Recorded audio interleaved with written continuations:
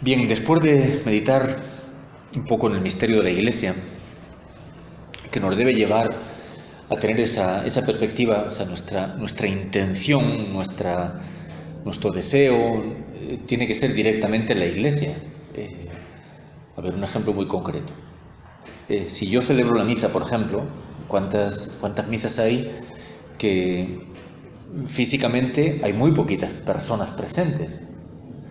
Entonces, yo celebro la misa, pero no estoy celebrando solo para ese grupito que está ahí. Cristo se entrega por ustedes y por todos. Está entregándose por la Iglesia. Entonces, mi intención tiene que ser primero por la Iglesia y luego, lógicamente, en particular por esas personas que están ahí participando. Pues eso vale para todo. O sea, toda acción apostólica nuestra no debe quedarse cerrada, limitada en aquellas personas a las que directamente llego o me escuchan, etcétera, sino que mi intención debe ser siempre la Iglesia, buscar el bien de la Iglesia, la renovación de la Iglesia, la santificación de la Iglesia, y dentro de la Iglesia, muy bien, esta partecita, especialmente estas personas que me son confiadas en esta catequesis, en este grupo, etcétera. Pero es toda la Iglesia, ¿no? Ese es el deseo de Cristo, la intención de Cristo, que tenemos que hacer nuestra también.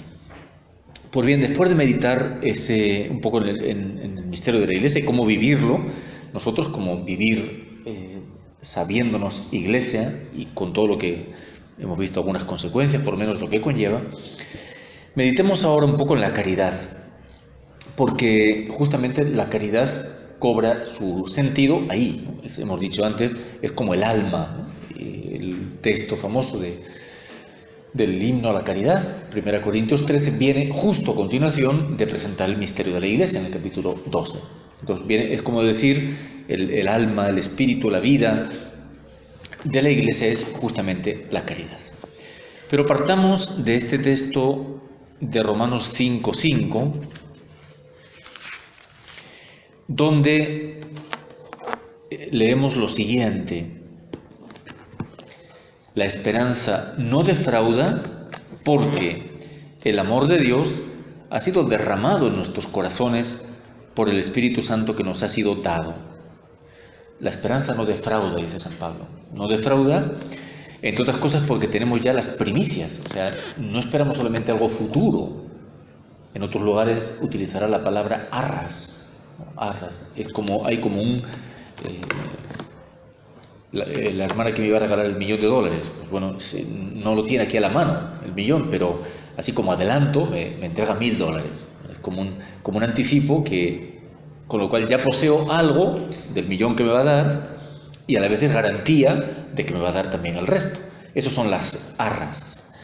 Entonces, la esperanza no defrauda, por supuesto porque Dios es fiel, porque cumple lo prometido, pero también porque ya nos ha dado el anticipo de lo que un día nos entregará en plenitud. Por eso la esperanza, dice, no falla. ¿Y cuál es una de las garantías de esta esperanza? Que ya el amor de Dios ha sido derramado en nuestros corazones. O sea, ya poseemos ese amor de Dios que se nos ha dado por el don del Espíritu Santo. Bien, entonces, el primer detalle que subrayamos es este. La caridad es un don de Dios, es un don, derramada en nuestros corazones por el Espíritu Santo que se nos ha dado. Entonces, eso tiene sus consecuencias, obviamente. Tiene la consecuencia de que yo no crezco en la caridad simplemente, o no crezco sin más esforzándome, ya, pero esfuérzate por amar, esfuérzate. No, o la tengo o no la tengo. Si no la tengo, tendré que pedirla, y si la tengo, tendré que ejercitarla. Pero no es cuestión de esfuerzo, es un don de Dios. Claro, el don de Dios lo tenemos y estamos en gracia, hemos recibido el Espíritu Santo, estamos en gracia de Dios. Pero es evidente que ese don, también como pasa todo en la vida cristiana, tiene grados. O sea, yo puedo tener ya la caridad, porque Dios la ha puesto en mi alma, pero comparado con la caridad de los santos, estoy lejísimos todavía. Entonces, esa caridad puede y debe crecer constantemente. Pero subrayamos primero esto, que es un don de Dios, derramada en nuestros corazones por el Espíritu Santo. ¿Y cómo Dios pone la caridad en nuestra alma? Si es dada por el Espíritu Santo, pues tiene su raíz en el bautismo. pero nos la comunica por los sacramentos. O sea, cada vez que yo comulgo, estoy creciendo en caridad. Y si no crezco, es que estoy comulgando mal.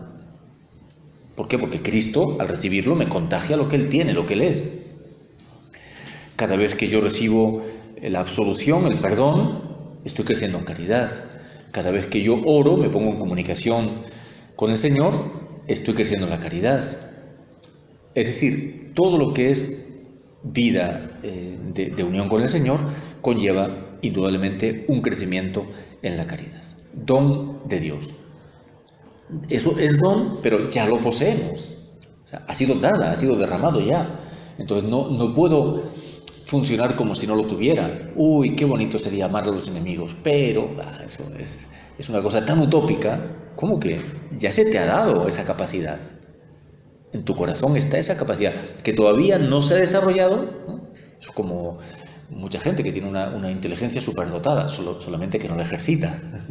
Inteligentes, coeficiente intelectual, vamos, superdotado de premio Nobel, pero no lo ejercita. Bueno, pues a veces nos pasa eso, tenemos ya el don de la caridad en nosotros, pero no lo ponemos a funcionar. Pues sí, ya está en mí la capacidad de perdonar, la capacidad de amar al enemigo, está, aunque sea en germen, pero está. Entonces, tomar conciencia de que ya lo poseemos en nosotros. Repito, si estamos en gracia de Dios. Y la otra cosa que nos subraya este versículo es, dice, ha sido derramada, dice, ¿qué es lo que tenemos? El amor de Dios. O sea, el amor mismo de Dios. O sea, la caridad no es un amor simplemente humano, es el amor mismo de Dios, el Espíritu Santo. Y esto tiene una cantidad de consecuencias incalculables, porque constantemente estamos reduciendo, achicando, empobreciendo la caridad a la medida del amor humano o de nuestros criterios humanos. Y si es el amor divino, pues lógicamente tiene una calidad divina y hace estallar todas las fronteras, todos los esquemas humanos que nosotros nos podamos poner. El caso más claro es justamente ese que explicita el Evangelio, de amar al enemigo. O sea, en lógica humana, no, el enemigo no se le puede amar, no se le debe amar, porque si amo al enemigo, peor, porque va a venir a hacerme más daño, no se le debe amar. Y te dirán, eres tonto, porque ¿cómo vas a amar a tu enemigo? ¿Cómo vas a perdonarle? Estás propiciando que abuse más de ti, etcétera. Pero que eso puede ser el amor humano, que es limitado, pero el amor divino que Dios ha puesto en nuestras almas rompe, estalla todos los límites de nuestra capacidad humana como tal. Entonces tenemos que estar muy atentos a esto y cuidar mucho de no empequeñecer la caridad, porque eso pues, la estamos constantemente empobreciendo. O sea, por ejemplo, para algunos la caridad solamente es amar al que tiene a su costado. Y todavía lo razonamos. Es que ¿sabe usted? Prójimo significa próximo. Entonces, la caridad es amar al que tienes a tu costado. Ah, ya, está bien. O sea, claro que tengo que amar al que está al próximo, pero tengo que amar a todos. Entonces, si solamente amo al que está junto a mí, pero no amo a los demás, la caridad es universal. Dios ama a todos. Hace salir el sol sobre buenos y malos. Manda la lluvia sobre justos e injustos. A todos. Entonces, bueno, los ejemplos se podrían multiplicar. Pero entonces tenemos que estar, digo, muy atentos porque, claro, nunca podemos decir que comprendemos del todo la caridad. Algo vamos entendiendo, algo vamos comprendiendo en la medida en que la vivimos y en la medida en que la experimentamos, pero tenemos que estar corrigiendo nuestros conceptos, corrigiendo también nuestras experiencias.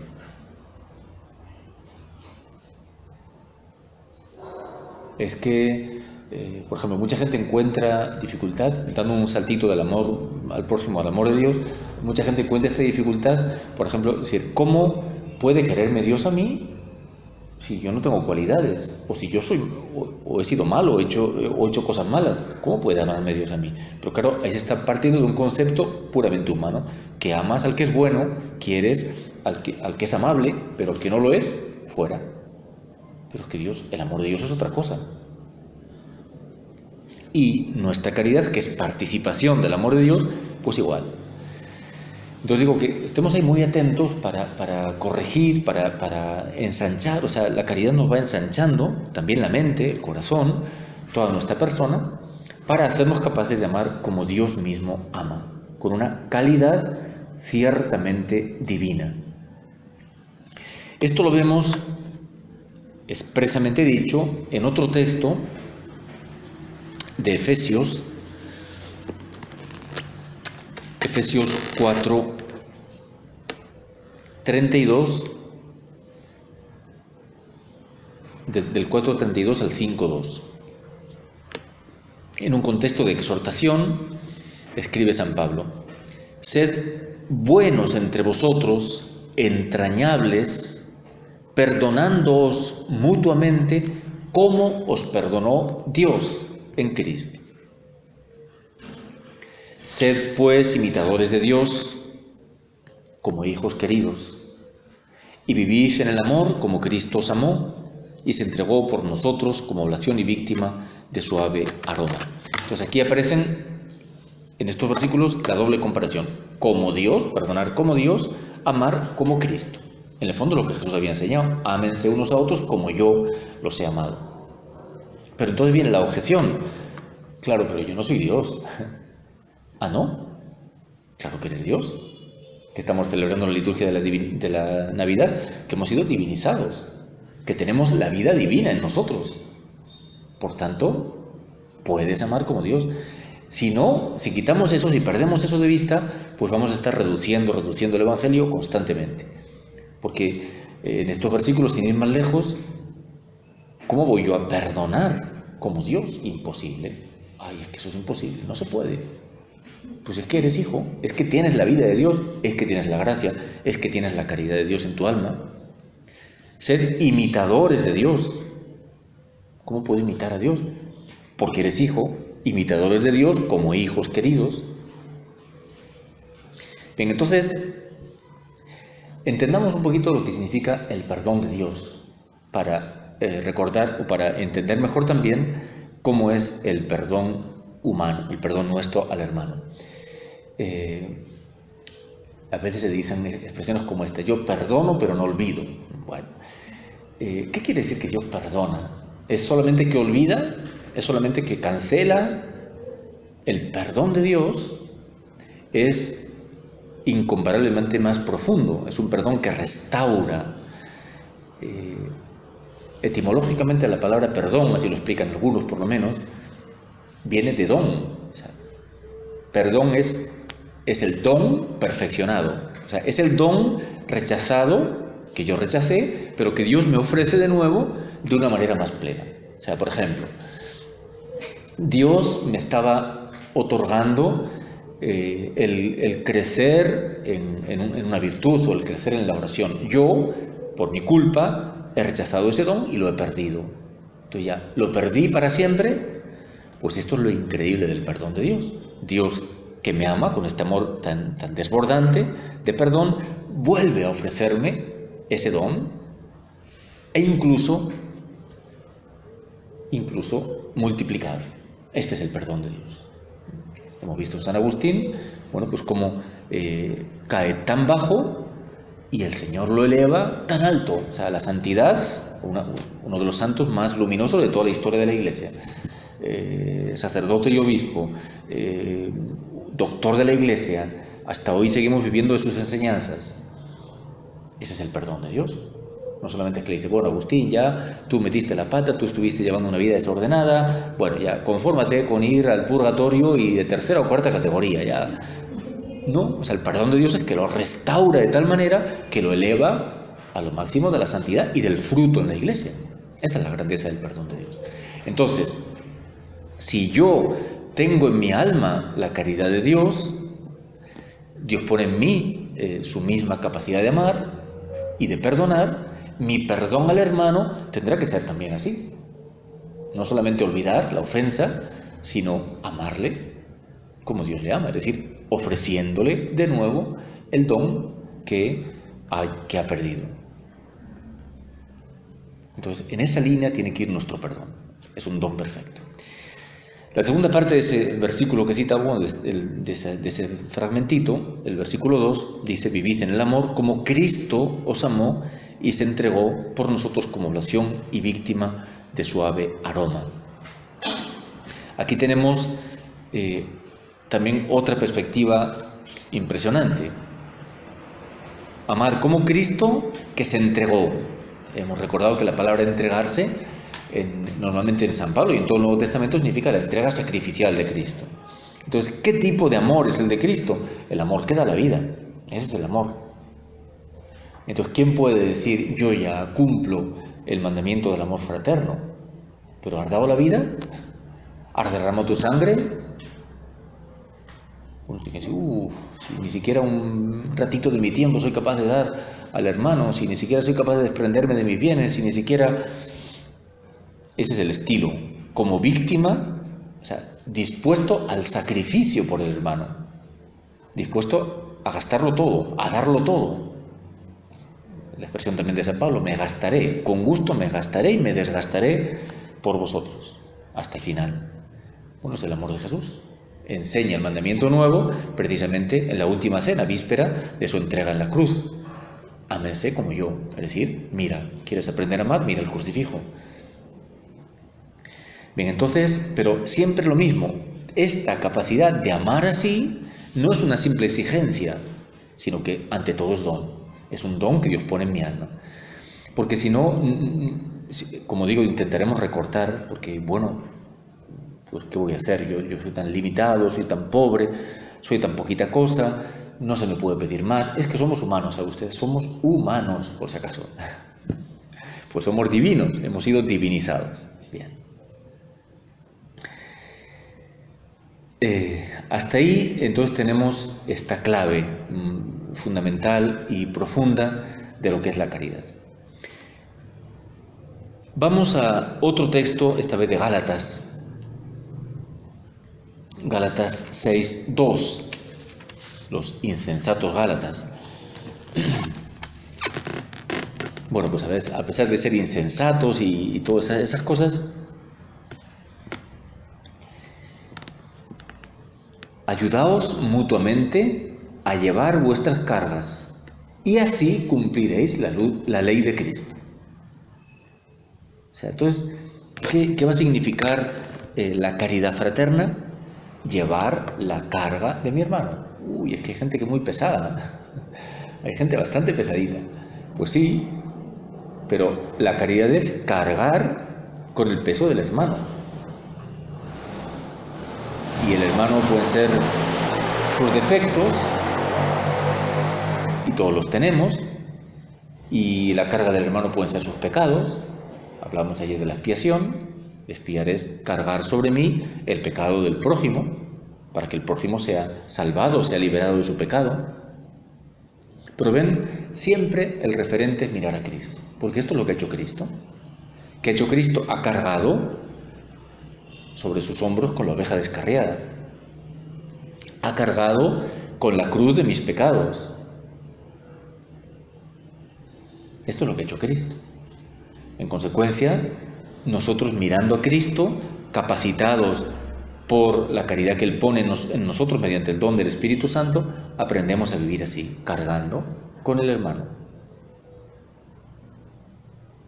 Recuerden la parábola del buen samaritano, que habla expresamente también, ¿no? Cuando se detiene, se compadece, etcétera, lo carga y lo lleva a curar. Es decir, no es un amor a distancia, no es, bueno, tú ahí ya no me contamines, no me manches, realmente carga con el hermano.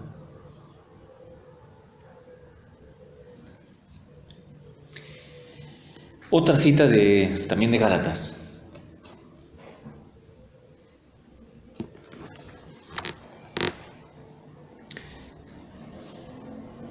Una frasecita que es, bueno, todo un programa de vida.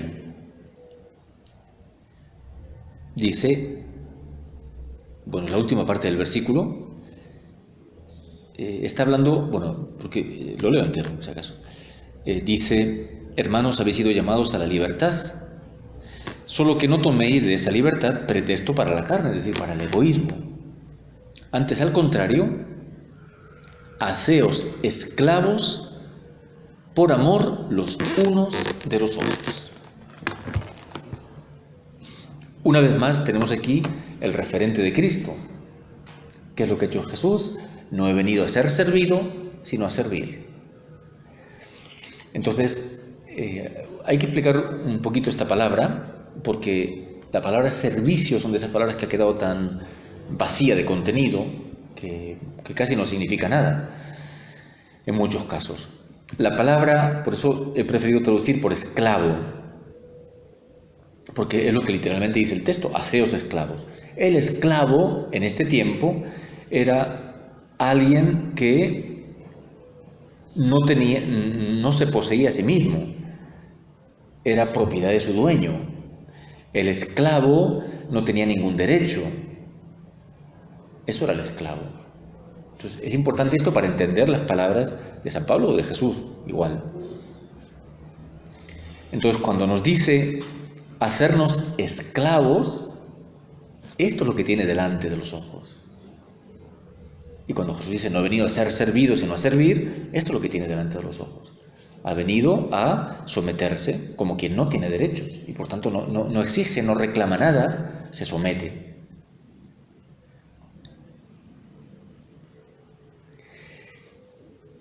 Hacernos, por tanto, esclavos. Esta es la postura que Jesús enseña en el lavatorio de la última cena. Si yo, el Maestro y el Señor, lo he hecho, igual, porque igual era una tarea, el lavar los pies era una tarea del siervo. Si yo, el Maestro y el Señor, lo he hecho, igual dentro de la comunidad tenéis que hacerlo, tienen que hacerlo mutuamente unos con otros. Bien, entonces, hacerse esclavos, como Cristo. Por amor. Claro, el hacerse esclavo, si fuera una actitud solamente así de servil, pues sería empobrecedora, pero es motivada por el amor. O sea, en el caso de Jesús, es el amor lo que le ha llevado a hacerse esclavo. En el caso nuestro, es el amor el que nos lleva a servir. Entonces, no es una postura que nos envilece, sino que es una postura que nos enriquece, que nos dignifica. Nos dignifica porque reaccionamos como Jesús, actuamos como Jesús, e incluso porque nuestro mismo ser humano, como seres humanos que somos imagen y semejanza de Dios, en nuestro núcleo más profundo somos amor, estamos hechos para amar. Cuando yo reacciono egoístamente en cualquiera de sus formas, estoy destruyéndome a mí mismo. Aunque esté parece que soy egoísta porque estoy buscando mi comodidad, pero en realidad me estoy destruyendo. Ya no solamente que hago daño al otro, es que yo me estoy destruyendo, estoy yendo contra mi propio ser, que es amor. Y al revés, cuando yo amo, me estoy dignificando, estoy creciendo, estoy alcanzando plenitud. Entonces, el amor derramado en nuestros corazones es el que, bajo ese impulso de la caridad, dignifica esta actitud de servicio. Y luego dice mutuamente. Es decir, tenemos aquí, podemos decir, una regla de oro para toda comunidad. En cualquier comunidad, si se vive esto, es la antesala del cielo. Una comunidad donde todo el mundo está deseando servir a todo el mundo, pues eso es la puerta del cielo. Entonces, aquí vemos una vez más cómo el Señor nos da el 100 por uno, ¿no? Cuando vivimos, de verdad, el Evangelio, nos da el 100 por uno. ¿Cuál es la postura más común y más corriente? Bueno, pues que aquí estoy yo y que los demás me sirvan. Que los demás me atiendan, me cuiden, estén girando en torno a mí. Pero claro, los demás están en la misma postura. Quieren que les sirvan a ellos. Con lo cual es un choque continuo de conflictos. Mientras que cuando en una comunidad cada miembro se pone a servir, pues todo el mundo está deseando servir. Y más bien la superiora tendrá que decir un momento, tranquila que no te toca servir hoy, tú ya servirás mañana. Tiene que moderar porque todo el mundo quiere servir. sea, no habría que estar como alentando, por favor, hermanas, seamos serviciales, por favor, sino más bien al revés, más bien frenando, moderando. Todo el mundo quiere servir, quiere ocupar el último lugar, quiere comer la peor comida. Bueno, a ver, hay que moderarlo. Entonces, mutuamente, entonces, si yo, en lugar de buscar que me sirvan, busco servir, y cada miembro de la comunidad busca lo mismo, me encuentro con que todos, sin buscarlo, todos están a mi servicio. El 100 por 1. Bien, ese es el texto de Gálatas 5:13, que tiene mucho ahí por descubrir, por explorar y por ahondar. Otro texto que también me parece sugerente es de Romanos 13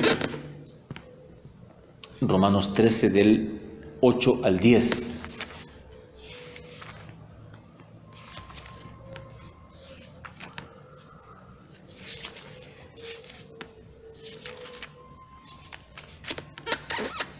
Ya en la predicación de Jesús encontramos en los evangelios como a veces le preguntaban cuál es el mandamiento más importante. Era un problema real en ese tiempo porque los judíos tenían más de 700 preceptos. Entonces, en esa selva de preceptos, a ver, pero ¿cuál es el más importante? ¿Cuál es la jerarquía de importancia? Bien, aquí San Pablo escribe estas palabras. Con nadie tengáis otra deuda que la del mutuo amor, pues el que ama al prójimo ha cumplido la ley. En efecto, lo de no adulterarás, no matarás, no robarás, no codiciarás y todos los demás preceptos se resumen en esta fórmula: amarás a tu prójimo como a ti mismo. La caridad no hace mal al prójimo. La caridad es, por tanto, la ley en su plenitud.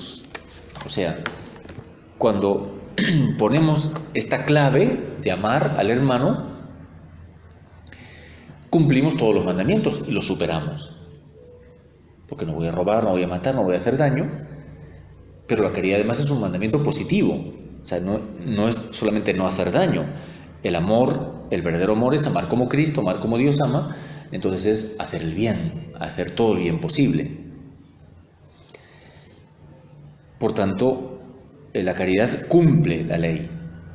Por eso dice también San Pablo en otro lugar, para el justo no hay ley. Pero no hay ley no porque se la salte, sino porque la cumple, la sobrepasa. La caridad va más allá de lo que la ley manda. Entonces, la caridad es pues la ley en su plenitud. Entonces, el que ama no solamente no hace daño, sino que va mucho más allá. Y quería subrayar también la primera parte de ese texto que dice: con nadie tengáis otra deuda que la del mutuo amor. O sea, la caridad es una deuda. O sea, no es simplemente, bueno, yo cumplo con la estricta justicia y ya. Y lo demás ya es de supererogación. Si me nace el ayudar, el hacer el bien, no es así. Es que yo tengo en mi alma la caridad. La caridad es un dinamismo, no lo olvidemos esto, es la fuerza del Espíritu Santo que en mi alma me impulsa a amar como Cristo y en consecuencia debo amar como Cristo. O sea, y si yo no amo de esa manera, estoy en deuda, o sea, estoy en déficit. ¿En deuda con quién? Primero con Cristo. Estoy en deuda con Cristo, porque si Él, repito, me está capacitando desde dentro, me está impulsando a amar como Él ama, y no lo estoy haciendo, estoy en deuda con Cristo. Fíjense que enlazando con toda la enseñanza del cuerpo, del cuerpo místico, creo que esto se ve bastante claro. Supongamos, yo soy la mano de Cristo y la mano está paralítica. Entonces, Cristo quiere hacer una serie de cosas y esta mano paralítica no se lo permite. Obviamente, le estoy defraudando. Estoy en deuda con Cristo porque hay una serie de cosas que quería haber realizado a través de mí y como yo me he paralizado por egoísmo, por comodidad, por pereza, por lo que sea, me he paralizado, no lo he hecho. Yo soy el rostro de Jesús y tengo que transmitir el rostro amable, bondadoso de Jesús, la sonrisa de Jesús. Y resulta que en lugar del rostro amable y sonriente muestro los colmillos, saco las uñas. Bueno, pues estoy robándole a Jesús una manifestación, una expresión de su caridad al mundo. Entonces le debo, estoy en deuda con Cristo. Él quería utilizarme para ser ese rostro de amor y yo no lo estoy siendo. Entonces estoy en deuda con Él. Cuando en la oración del Padre Nuestro decimos, perdónanos nuestras ofensas. Bueno, esa es una traducción que se cambió hace unos años, porque anteriormente, los que son mayores, o los que son mayores recordarán, decíamos, perdónanos nuestras deudas. Y esa palabrita es más fiel al original. O sea, el original dice así, perdónanos nuestras deudas. Se cambió, bueno, porque quizás sonaba algo demasiado económico, no sé exactamente por qué motivos lo cambiaron. Pero es bueno que tengamos esa mente, esa idea también en la mente. ¿Por qué le pedimos a Dios perdónanos nuestras deudas? Porque estoy en deuda con Dios. O sea, estoy en deuda con Él. Estoy en deuda con Dios y estoy en deuda con los hermanos. Si yo, por la caridad que Dios ha puesto en mi alma, debía estar sirviendo, ayudando, haciendo el bien, y eso no se ha dado, estoy en deuda con el hermano. Ay, pero si eso no está mandado, yo ya he cumplido con lo que es justo, estrictamente lo que es justo lo he cumplido, por tanto no estoy en deuda. Pero es que la ley, la nueva ley del Nuevo Testamento no es la estricta justicia que es del Antiguo Testamento, o es de la razón humana natural. La ley, la nueva ley es la caridad, es el Espíritu Santo que nos impulsa a amar como Jesús. Por tanto, no vivir según la caridad significa estar en deuda. Bueno, no hay tiempo para hablar de todo, pero sí que me gustaría hacer aquí una alusión a la importancia y la gravedad de los pecados de omisión. Acabo de decir, la caridad es una virtud positiva.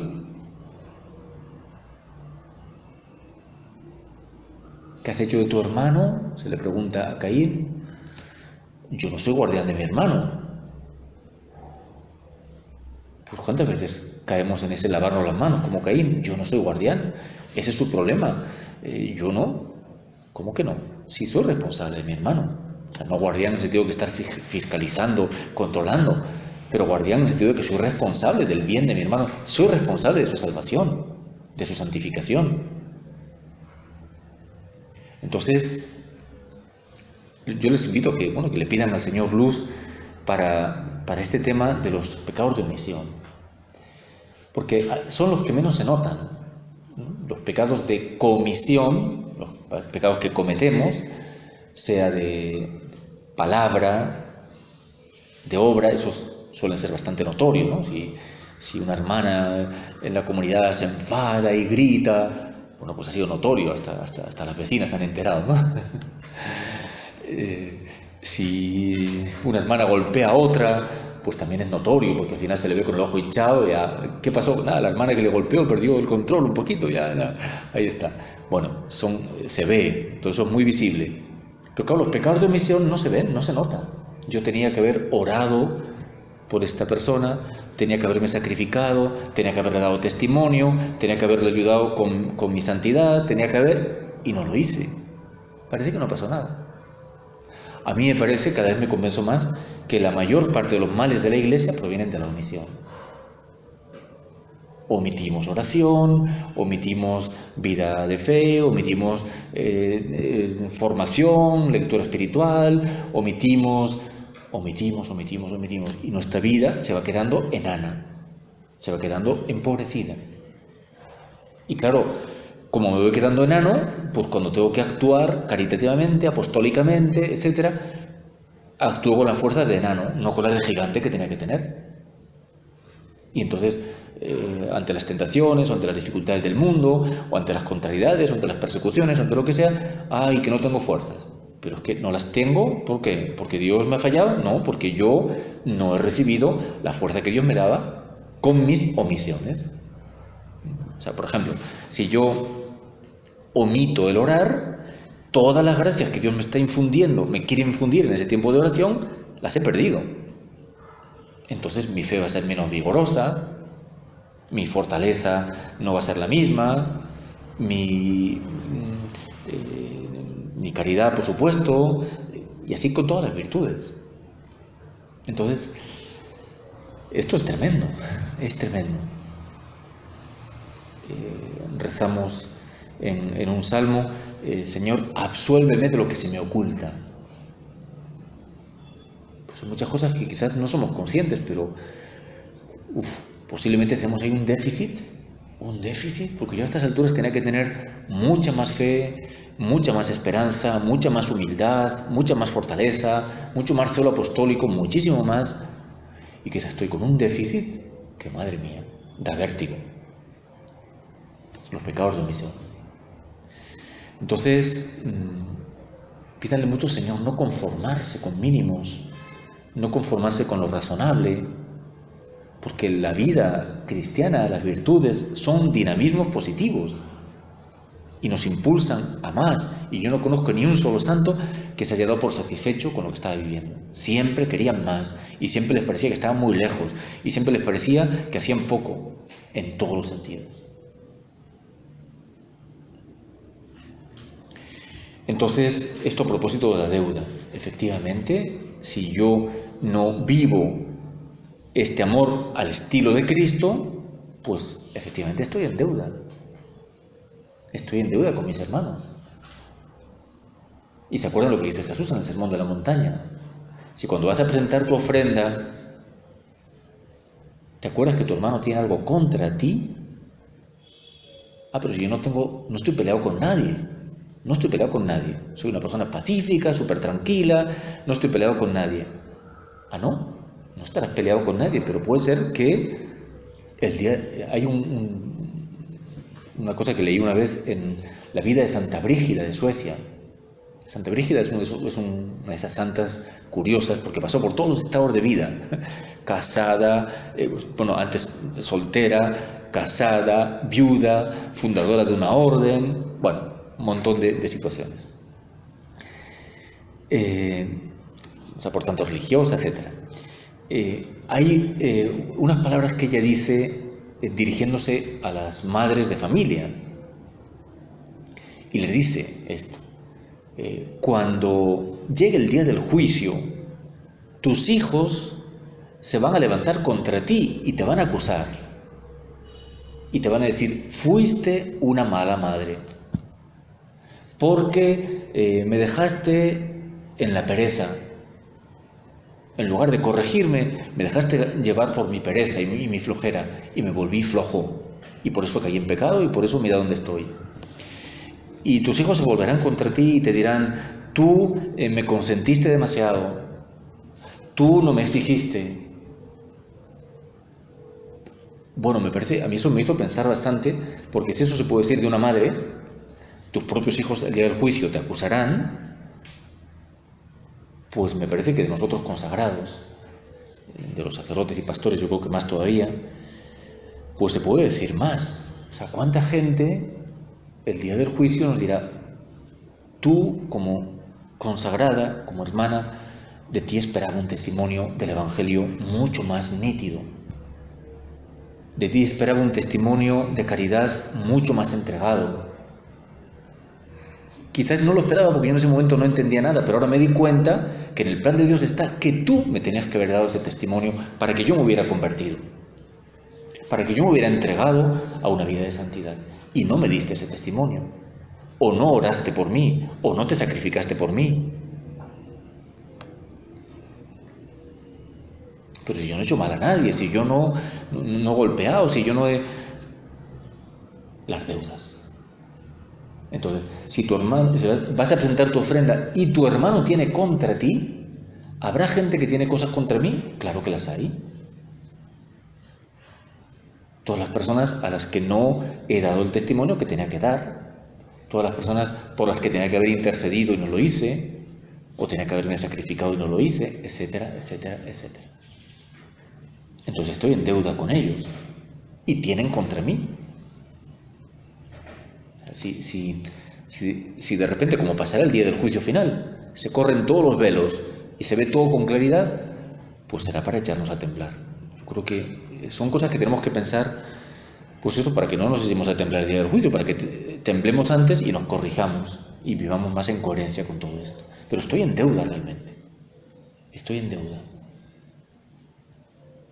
Porque la santidad, lo que yo tenía que haber sido, debería ser a estas alturas de luz para la Iglesia, para el mundo, no lo soy, por mis omisiones. Entonces, mucha gente sigue en la oscuridad porque esta luz, hay una frase de un converso francés, Paul Claudel, dice, un poco de luz vence muchas tinieblas. Un poco de luz vence muchas tinieblas. Y si no hagan la prueba, en plena noche, una sala totalmente oscura, prendan un fósforo. No es nada, pero vence muchas tinieblas. Bueno, pues ¿cuánta gente que está en tinieblas dejaría de estarlo si yo fuera realmente la luz que debía ser?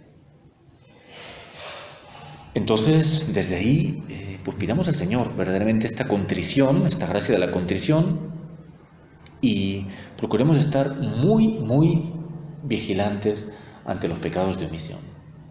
Repito, no solamente en materia de caridad, sino en todo lo demás. Esta es la deuda. Con nadie tengan otra deuda más que la del mutuo amor. Les debo, a mis hermanos les debo amar, les debo, tengo con ellos la deuda de amarles como Cristo les ama. Y mientras no ame como Cristo, mientras no esté dispuesto a sacrificarme por ellos, o no haya dejado mi piel literalmente por ellos, no puedo decir, ya cumplí.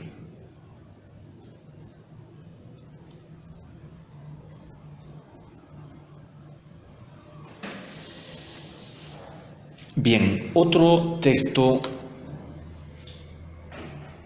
un poco antes de ese, también en Romanos 12, del 14 al 21.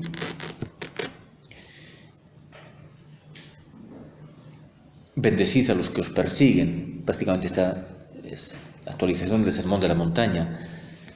Bendecid, no maldigáis, alegraos con los que se alegran, llorad con los que lloran.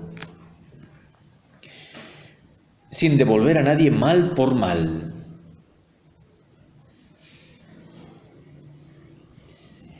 Bueno, continúe diciendo varias cosas, no tomando la justicia por cuenta vuestra, porque dice la Escritura, mía es la venganza, yo daré el pago merecido. Al contrario, si tu enemigo tiene hambre, dale de comer. Si tu enemigo tiene sed, dale de beber. Haciéndolo así, amontonarás ascuas sobre su cabeza. O sea, si tu enemigo tiene hambre, tiene sed, dale de comer, dale de beber, porque así le vas a estar avergonzando. O sea, le vas a ayudar a que se arrepienta y se convierta. Si tu enemigo te ha tratado mal y tú le tratas mal, le estás dando argumentos para que siga tratándote mal. Pero si te ha tratado mal y tú le tratas bien, él se va a avergonzar y eso va a ser el principio de su conversión. Es lo que quiere decir, me parece, esa expresión, amontonar ascuas sobre su cabeza. Se abochornará, ¿no? Se enrojecerá. Y quería sobre todo subrayar esa última frase, no te dejes vencer por el mal, antes bien vence al mal con el bien. Entonces, no es solamente no responder mal por mal, sino positivamente vencer el mal con el bien. Entonces, vamos otra vez a lo mismo, se trata de una actitud eminentemente positiva. ¿Cuántas veces caemos con mucha frecuencia en la queja, por ejemplo, la queja desesperanzada? Es que fíjate, es que esta hermana, es que mi párroco, es que esto otro, es que por aquí, es que por allá, es que los políticos. Pero yo creo que si en lugar de quejarnos nos dedicáramos a vencer el mal con el bien, donde no hay amor, pon amor y sacarás amor, dice San Juan de la Cruz. Pues eso es vencer el mal con el bien.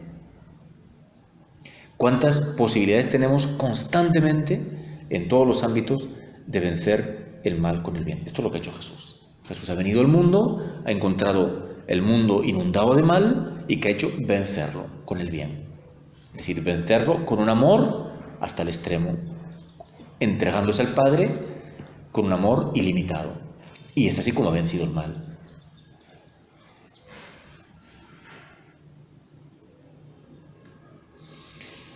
Bien, Y para concluir, ahora sí quisiera decir alguna cosita del texto de 1 Corintios 13.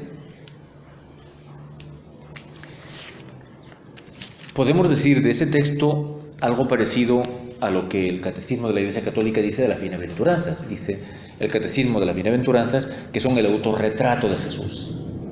Autorretrato, es decir, las bienaventuranzas reflejan quién es Jesús. Pobre, misericordioso, manso de corazón, etc. Aquí no podemos decir autorretrato porque no lo ha escrito Jesús, lo ha escrito Pablo. Pero bueno, retrato de Jesús, podemos decir, es este himno. ¿Qué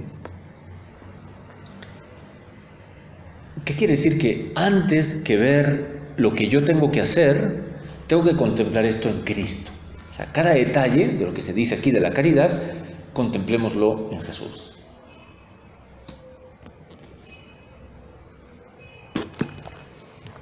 Por ejemplo, cuando dice la caridad es paciente, bueno, pues este es Jesús. Ha tenido paciencia ante nuestra mala respuesta, ante nuestras infidelidades, la paciencia que tuvo en la pasión, todo lo que ha sufrido. El amor es paciente, es servicial. Hemos explicado un poco el sentido del servicio, del hacerse esclavo. Bueno, pues es ir mirando cada una de estas características, primero en Cristo. En segundo lugar, un pequeño detalle exegético, pero que es importante. Claro, cuando lo leemos esto así en las traducciones, acabo de decir, por ejemplo, la caridad es paciente, servicial, no es envidiosa. ¿Qué leemos? Adjetivos, ¿no es cierto? Son como cualidades que tiene o debe tener la caridad.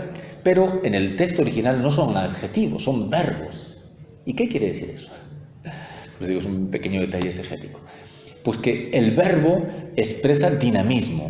Es decir, no son características que tú tienes que intentar copiar o imitar, sino que te está diciendo la caridad, y no olvidemos Romanos 5:5, la caridad que ha sido derramada en tu corazón es así.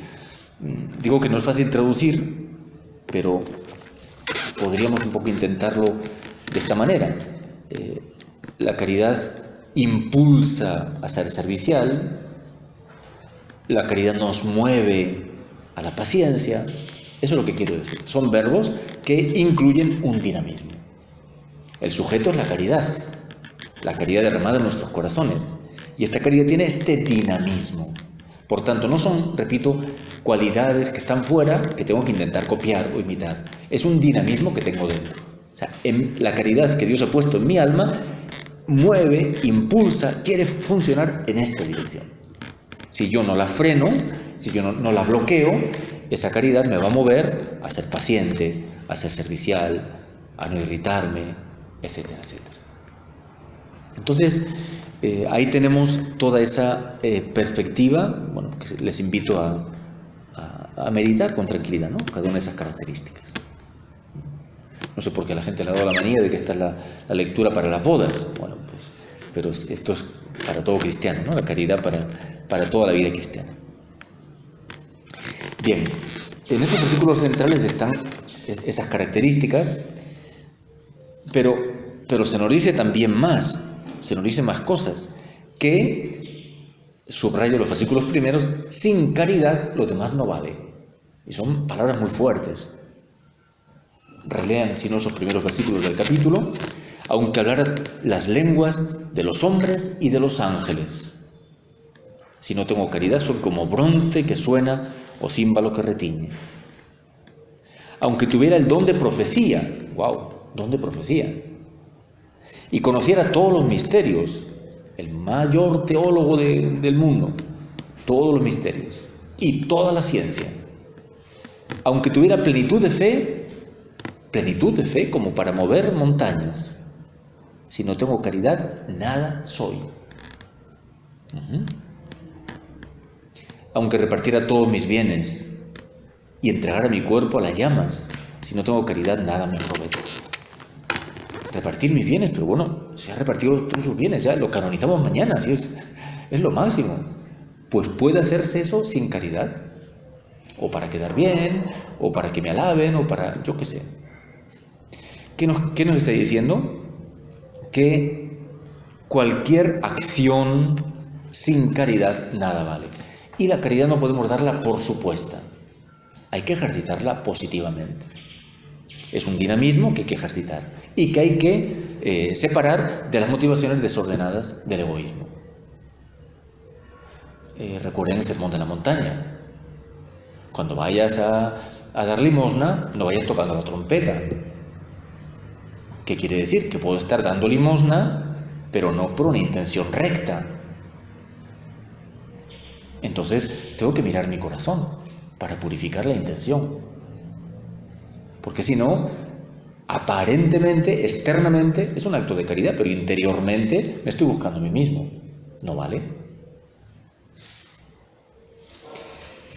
Entonces, sin caridad, si no brota de la caridad, si no está hecho por caridad, con caridad, de nada sirve.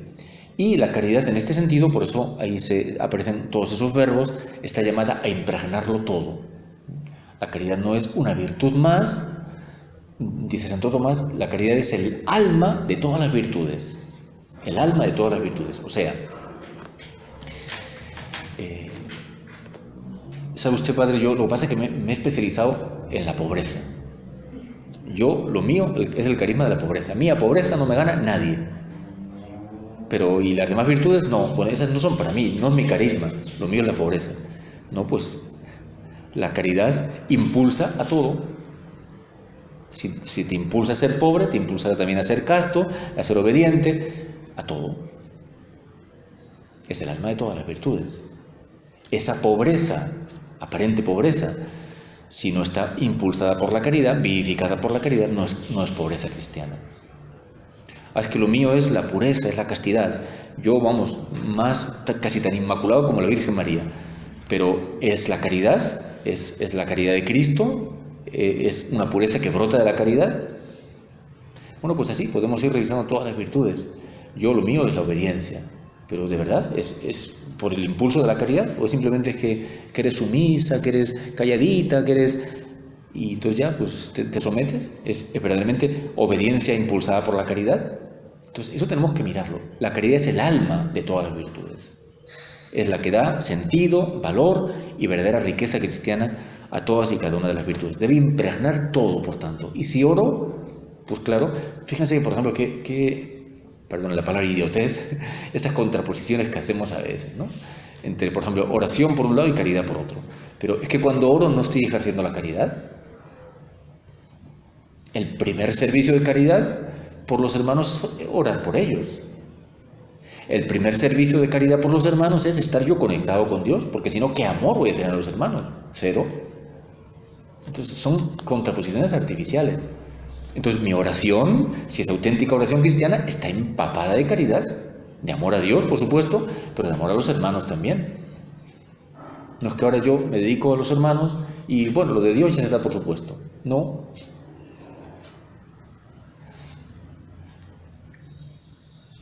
Bien, y la última cosa que dice ese texto, bueno, la última, ustedes pueden sacar más detalles que yo, la última que yo subrayo ahora para ir ya concluyendo,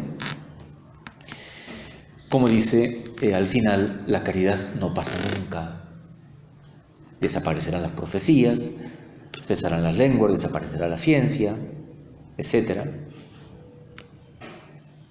Ahora subsisten la fe, la esperanza y la caridad, estas tres, pero la mayor de todas ellas es la caridad. Supongo que ya saben que en el cielo no tendremos fe, ¿o sí? No tendremos fe. Entonces, ¿qué pasa? ¿Nos habremos vuelto ateos? No, sino que ahí veremos a Dios cara a cara, ya no necesitamos la fe. No tenemos fe porque la fe se habrá perfeccionado con la visión. Y en el cielo tampoco tendremos esperanza. ¡Ay, estaremos desesperados! No, sino que ya en el cielo poseeremos el objeto de nuestra esperanza. Estamos esperando, deseando, buscando a Dios, en el cielo lo poseeremos. Entonces la esperanza, como tal esperanza, se acabará. Habrá quedado saciada por esa posesión de la presencia de Dios y de la felicidad que es consecuencia de ella. En cambio, la caridad no acaba. La caridad es eterna, no pasa nunca. La caridad permanece. ¿Qué haremos en el cielo? Hay gente que se pregunta, ¿qué haremos en el cielo? Ahí todo el día, toda la eternidad. ¿Qué haremos? Pues amar al Señor y deleitarnos en Él y gozarnos en Él y amar a los hermanos. Eso es lo que haremos en el cielo. Entonces, la caridad no pasa nunca. Y hay una cosa una frase que dice el Concilio Vaticano II, cuando habla en el documento sobre la Iglesia, cuando habla de que todo va a término, bueno, no me acuerdo si Lumen Gentium o Gaudium et Spes, pero dice esta frase: permanece, al final, para la eternidad, permanecerán la caridad y sus frutos. Eso es lo que permanecerá. Es decir, todo lo que haya brotado de la caridad permanece. La caridad como tal y todo lo que haya brotado de ella permanece, tiene un valor eterno. Y lo que no haya brotado de la caridad, por lo que veíamos esta mañana en ese otro texto, cuando venga el fuego, lo consumirá, desaparecerá. Ay, yo que había hecho esto y esto y esto. Nada, el fuego lo consumió, no queda nada de nada, no queda piedra sobre piedra. La caridad y sus frutos. Miren si es importante que aprendamos a purificar el corazón, a rectificar la intención, a actualizar el ejercicio de la caridad, a vivir intensamente la caridad, porque eso es lo que va a quedar para toda la eternidad, la caridad y sus frutos. Pues bien, que después de un rato ante el Santísimo, procuren pedirle al Señor muy de veras este crecimiento en la caridad, que es la primera carta de San Juan, que hemos estado leyendo durante todo este tiempo, identifica: Dios es caridad, Dios es amor y Dios es luz. La luz para el mundo es la caridad de Dios que se hace carne en nuestra propia vida. Gloria al Padre, y al Hijo, y al Espíritu Santo.